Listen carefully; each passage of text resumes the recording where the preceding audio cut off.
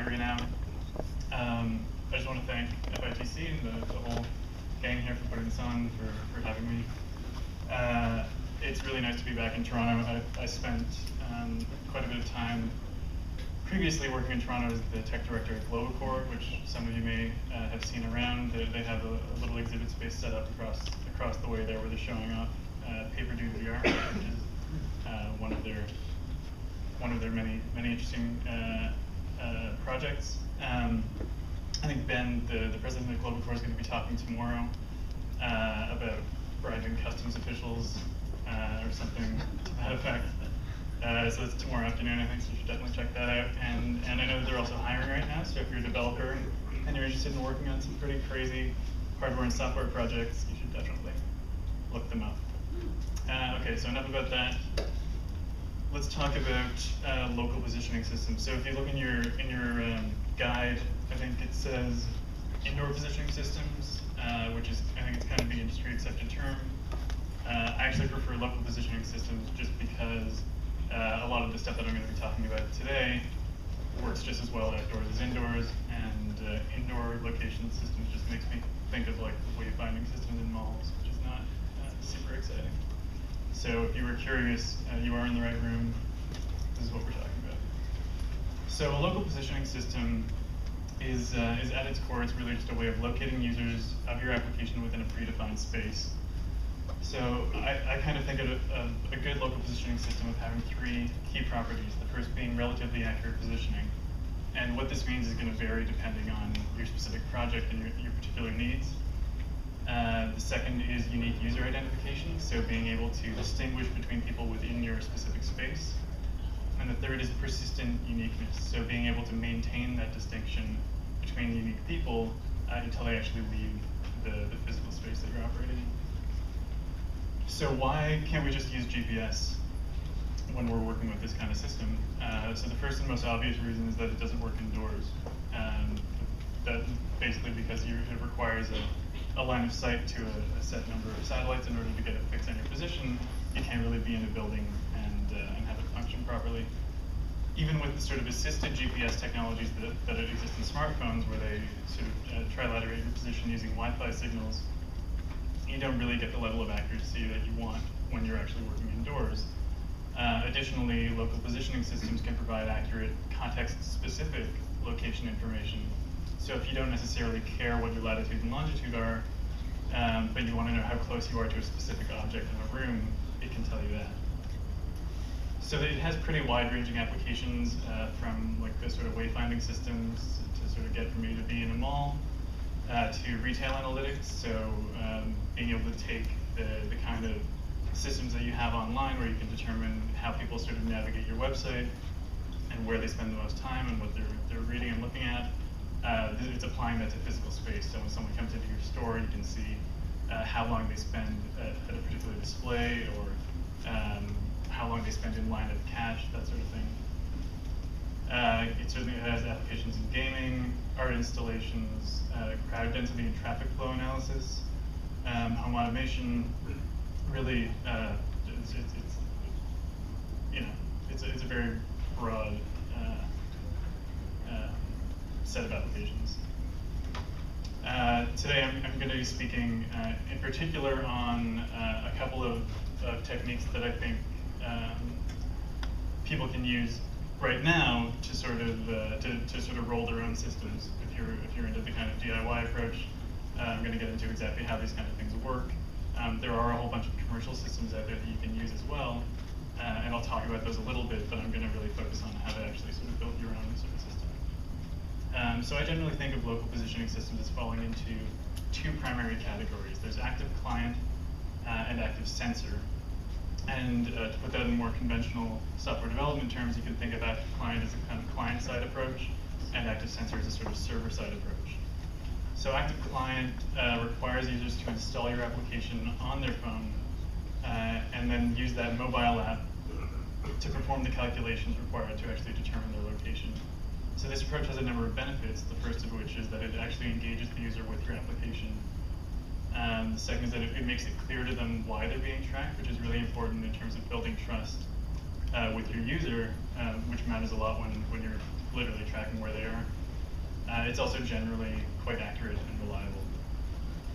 The active sensor approach, on the other hand, requires no interaction on the part of the user. So you basically deploy a sensor network that detects users' devices by either passively sensing, passively sniffing rather their existing wireless traffic, or by actively sending network packets out to try to prompt responses from the user devices. But with either approach, all this happens more or less invisibly to the user. The obvious benefit to this approach is the fact that you're asking nothing of the user, so there's no chance that you'll be hindered by a lack of interest from them. But there are also a few potentially negative side effects. Because you don't have control of the client devices, it's generally harder to get accurate and reliable location data from them. It also requires you to maintain some sort of central database of user locations, which is potentially a privacy risk. And frankly, people find it pretty creepy, which we'll talk about a little bit later. So while all of these sort of negative aspects may make it seem like the client-side approach is obviously the preferable one, there are definitely specific instances where asking everyone in your area to install an app really doesn't make sense, and the potential privacy issues can, in those cases, be reasonably mitigated. So when people first picture a local positioning system, I think the first thing they imagine is a sort of localized GPS. So basically a 2D map of your space with users pinpointed on the map. This isn't always the case, and it isn't really necessary for most applications. As we'll see later on, you can do quite a bit without necessarily needing the exact coordinates for each of your users. As I was sort of mentioning earlier, this sort of context-specific location where all you really care about is, are you close to this object? Are you close to the entrance? That kind of thing. So when you're deploying this sort of system, the first thing you really need to think about is what are your requirements for your application? Do you really need to know exactly where everyone is, or can you go with this somewhat different approach? So there are three sort of main radio-based approaches to local positioning. The first is presence detection. The second is proximity triggers. And the third is absolute positioning, which is about as close as you'll get to a sort of indoor GPS, but it's also the most complex approach to actually develop.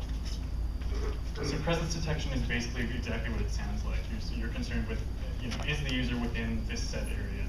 That's all you're really trying to figure out. So you can implement this approach using a single sensor if you want to. It's useful for applications involving crowd density and traffic flow, and it's particularly well suited to the sort of active sensor approach where you, again, if all you're trying to figure out is how big a crowd is, you really don't want to have to ask everyone to download your app and be running it. So as an example, last year I developed a project called Casual Encounters. I was fairly new to Calgary at the time, and I was really interested in the sort of hidden social connections that exist as you move about a city.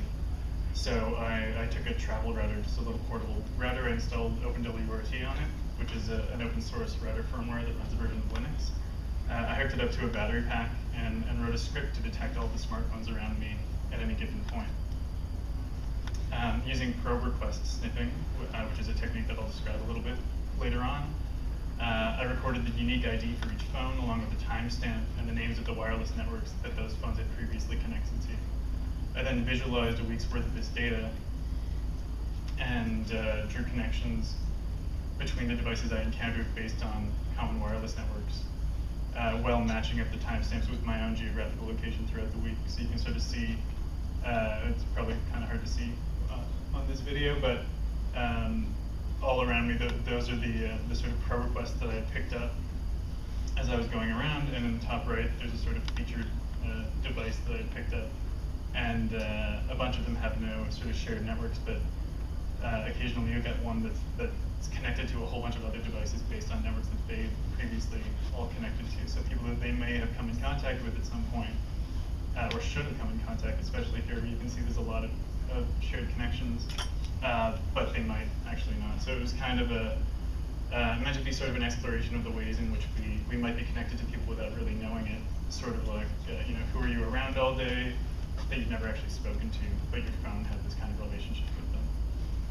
And at the same time, it was a bit of a heads up to people about this fact that very few people seem to be aware of, which is that your phone is more or less constantly broadcasting information about you, free for anyone to take. So the technical side of this really came from a bunch of retail analytics applications that all sort of emerged last year, which is basically the same technique to track people throughout stores.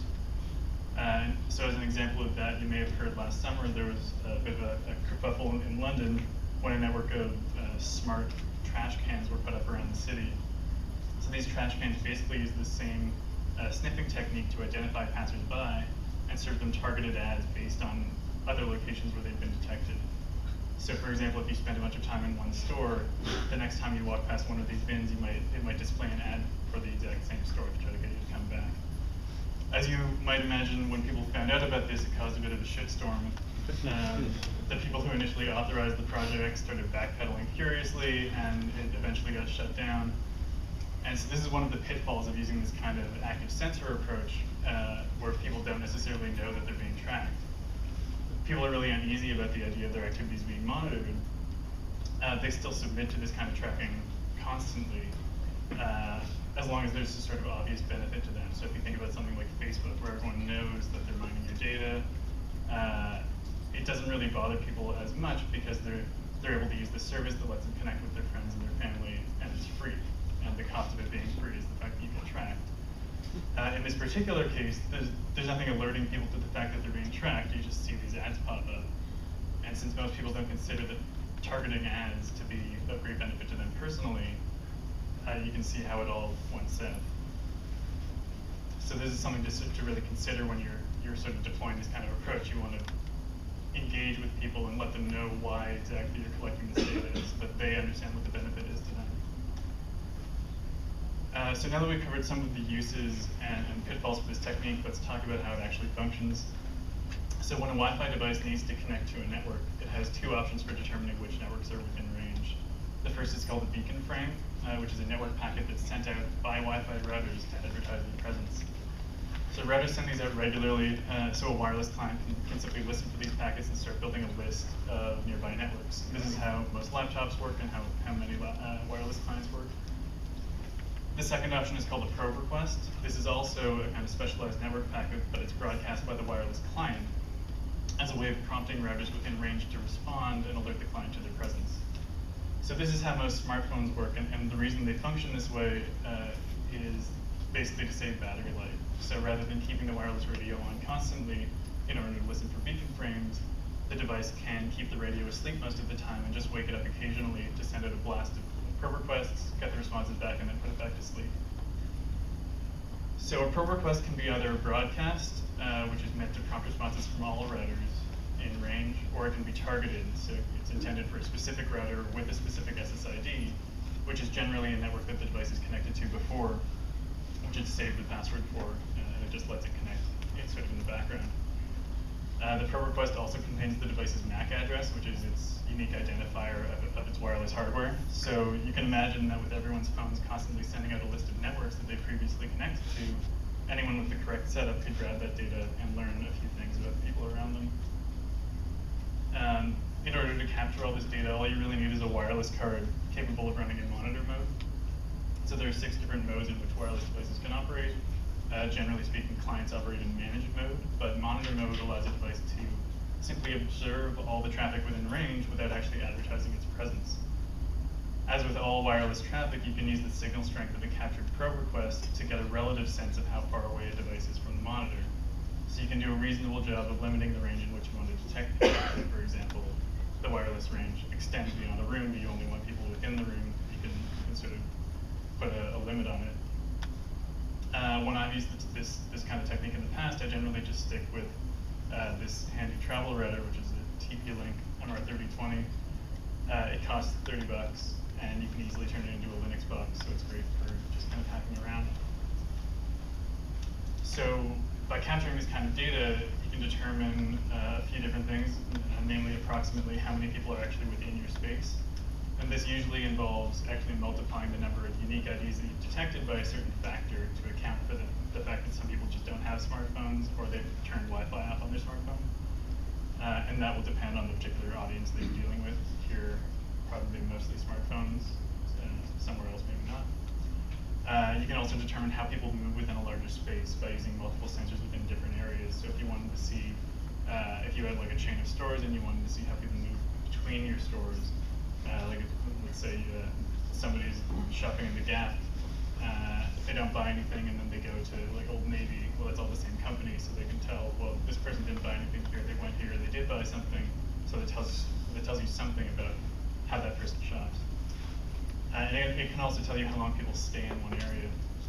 So as an example, I was working on a project back in Calgary which was kind of a line tracking app for festivals. So you can see if there are like multiple beer tents within a festival, and you're in a super long line for one, you want to see which ones have the shorter lines.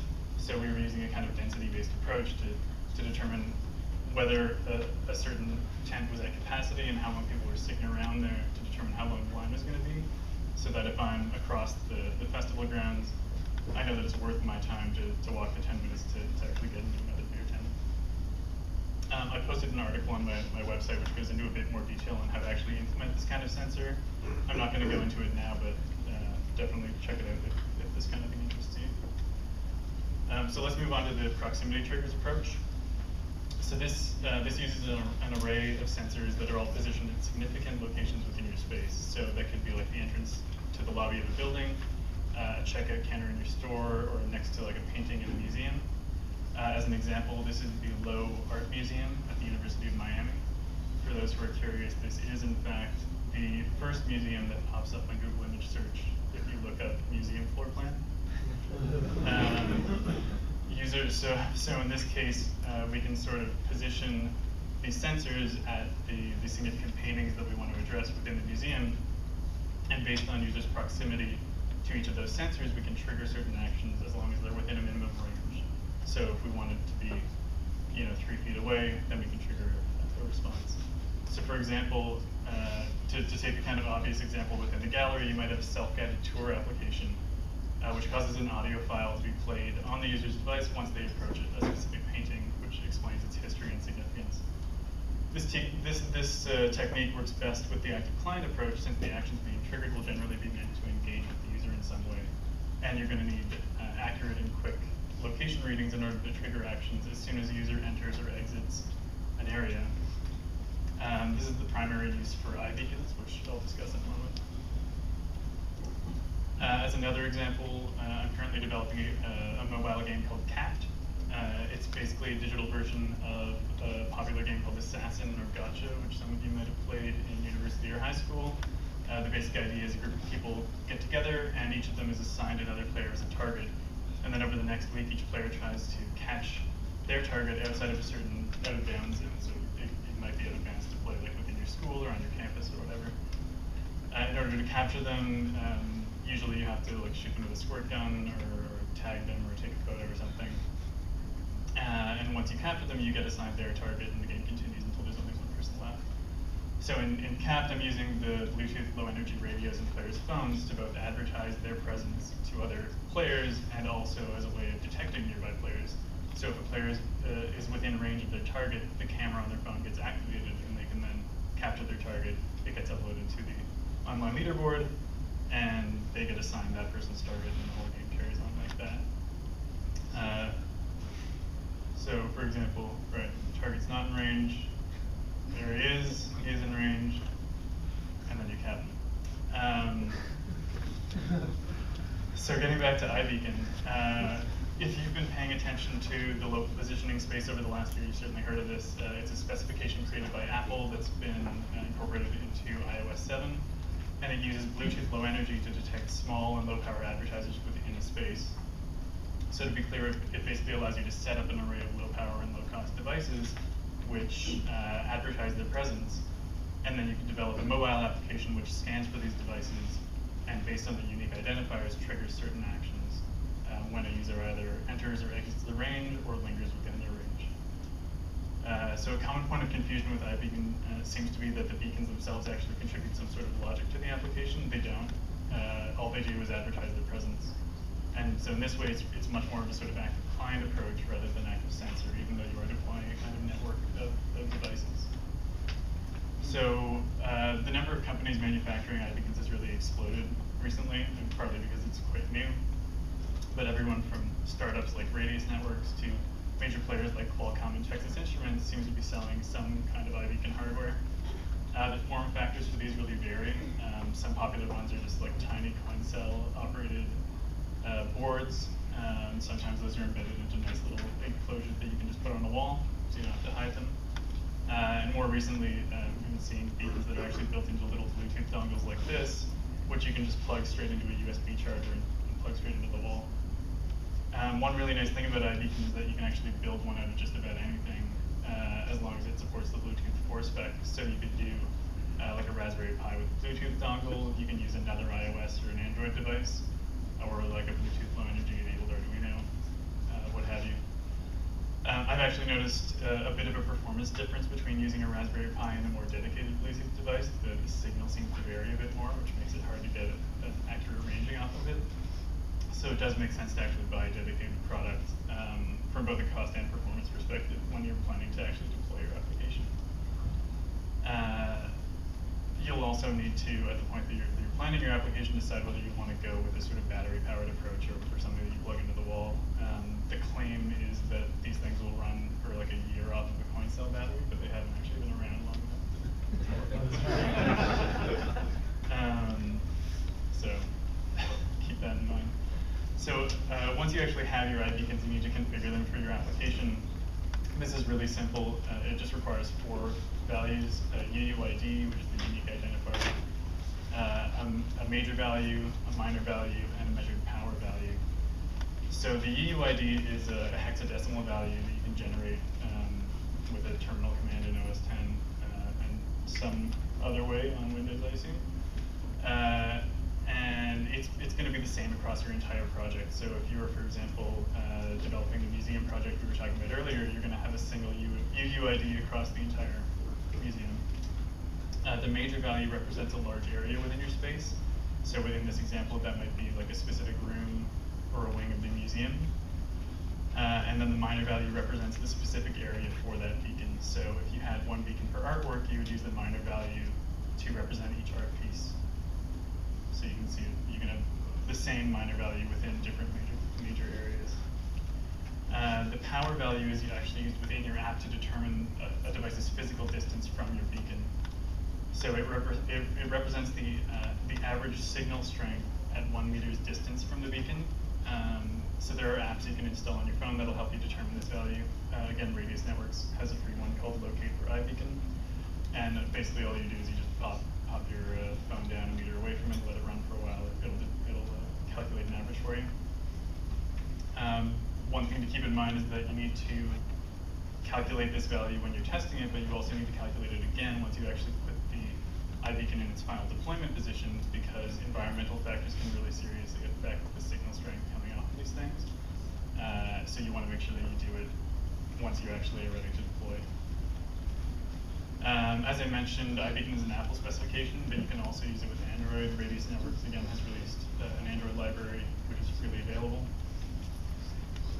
So now that you've got your beacon set up, you can start actually developing your application. This is also a remarkably simple process, and I'm not going to get too deep into it, but the initial setup takes like maybe 10 or 20 lines of code, and that'll get you to the point where your app is actually detecting nearby beacons with your UUID. What you do after that is more or less up to you, but there are a few options built into iOS. There are callbacks for when your device enters or exits the vicinity of a beacon, so once it actually picks it up and once it stops picking it up. And there's also a sort of linger callback, which occurs about once a second whenever it picks up an advertising packet from a beacon that you're within range of. And you can use that to determine the proximity to the beacon based on the signal strength. So the proximity values fall within one of 3 ranges. There's immediate, near, and far. And this is primarily because getting highly accurate distances off of signal strength can be really tricky.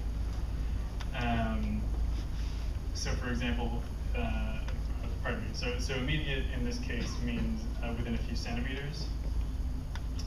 Near means within a few meters, and far means more than 10 meters away. Bluetooth low energy, I think, has a range of about 150 feet or 100 feet, so you can still be within that range, or you can still detect it while being more than 10 meters away. So for example, if you had a number of beacons within one room of your museum, but you only wanted to trigger an action when the user was somewhat close to a particular artwork, you could check whether the appropriate beacon was in the near range, and then just go from there, trigger your audio file or whatever. It's also worth mentioning that once the user has authorized your app to use its location data, it will keep monitoring for beacons, even if the app is put in the background. So you can prompt the user to take some kind of action when they enter or exit a region, even if they aren't actively using the application. This actually more or less takes care of the kind of structural side of an iBeacon install. It's really straightforward. There are probably some caveats as far as iOS rules for waking up your application when you go into a beacon range, but for the most part, it's quite straightforward. The hardware also keeps getting cheaper as more manufacturers get in on it, so it's a pretty feasible approach for most applications. So I'm going to talk about absolute positioning now. So this is the technique that will probably look the most familiar to people because it most closely resembles GPS. It's by far the most complex approach, and unless your application specifically requires absolute 2D or 3D positioning, it's best to stick with one of the other approaches. In reality, it's more of a family of techniques, and the most accurate solutions that I've seen seem to involve a few different approaches all combined together into a kind of hybrid. I'm going to describe a system that uses iBeacons and trilateration because I think it's the most accessible solution if you're looking to actually build something on your own and deploy it right now. There are quite a few companies, as I mentioned, offering sort of commercial solutions with varying techniques, and I'll talk about them a little bit after. So this technique requires an array of at least 3 beacons, with more beacons generally providing a more accurate location, but also more complex calculations. So you can also potentially implement this technique using an active sensor approach, using an array of Wi-Fi centers, but active client is definitely the more accurate and easier to implement of the two. Since the beacons have known fixed positions, you can set your client up to read the advertisement packets from each beacon, and using the signal strength of those packets, you can determine the client's approximate location within the space. So this last part is what's known as multilateration, or in our example, it's trilateration because we only have 3 sensors. There are still a couple of issues with our current setup. Number one is that signal strength has a tendency to vary constantly, even when nothing is actually moved physically. And 2, signal strength isn't actually a measure of distance, so we need to figure out how to convert it into meters.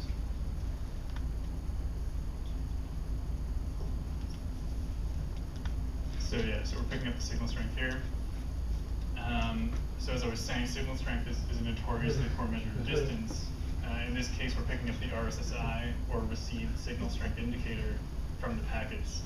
So in theory, the way a signal should work is it should diminish in strength according to the inverse square law, which states that the signal strength will be equal to 1 over the distance squared. So you can figure out your distance like that. By comparing the signal strength at a known distance to the one we received, we should be able to figure out how far away our client is. So when we were sort of calibrating our system earlier, we got a measurement of 1 meter. We can compare that to the measurement that we get, and then figure out how far away it is. This doesn't always hold true indoors, however, where a signal might bounce off of walls or run into any number of other obstacles before actually reaching the device. So you can see this if you place a client device somewhere in your space and you start measuring the signal strength from one of your beacons, it'll vary wildly, even though the device isn't actually moving. This is just a sort of example that I put together. It's second by second, it's jumping back and forth, and the device was actually staying perfectly still, and it was only about a foot away from the sensor. In order to deal with this kind of noise, we have to use a filtering algorithm, which is a common technique in digital signal processing. I'm going to give it a really cursory treatment here, but if you're interested in more detail, Adam Carlucci is giving a talk specifically on signal processing tomorrow afternoon, or tomorrow morning rather, and you should definitely check that out. So when I've experimented with this technique, I used what's called the Kalman filter, which is a 2-step system that first makes an estimate of the signal strength, and then compares the estimate to the actual received strength, and uses the difference to help make more accurate estimations in the future. So you can see that once you actually apply the filter, the signal strength stabilizes significantly, which takes care of the first problem to a certain extent, although there are still plenty of environmental factors that can impact the signal. If, for instance, a large group of people walk into your room, it'll significantly throw off your initial calibration of all of your beacons because people absorb radio waves.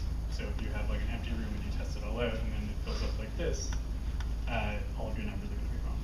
So you need to actually test it or calibrate it with more or less the setup that you're going to have. Once you have a reasonably smooth signal strength reading, you can try to convert that value into a distance to each beacon. So iOS actually has distance estimation built into the iBeacon framework, but in my experience, while it does a pretty good job of determining those sort of approximate ranges that we saw previously, it really isn't accurate enough to try ladder rate of position consistently. So we need to roll our own solution in this case. And as I mentioned earlier, in order to calculate the distance to the beacon, you need to have a calibration measurement at a known distance from the beacon in order to compare that against your live data. So if you're using iBeacons, you'll already have taken care of this when you set up your measured power value. But if you're using some other sort of sensor, Wi-Fi, what have you, you just need to go through the same basic process where you calculate an average signal strength at 1 meter away from the sensor. So once you've done this, you can calculate the distance by comparing the RSSI that you receive at the device to the calibration values. So in this case, we calibrated sensor 1 at minus 40 dBm, and we received minus 52, so we can calculate that as about 7 meters. The code that I'm actually using when I've done this to arrive at that distance was actually written by a guy named David Young, who works at Radius Networks and actually wrote the Android iBeacon library. And what he actually did in that case was he basically reverse engineered what he thought Apple's distance calculation was, and so that he could put it into his Android library. And the only difference between that and what we're doing here is that we're actually filtering the values first. So when you get the RSSI in iOS, it's not filtered in any way, it's just the straight value. And so what we're doing here is we're basically taking the receipt signal strength at the device, and we're taking the ratio of that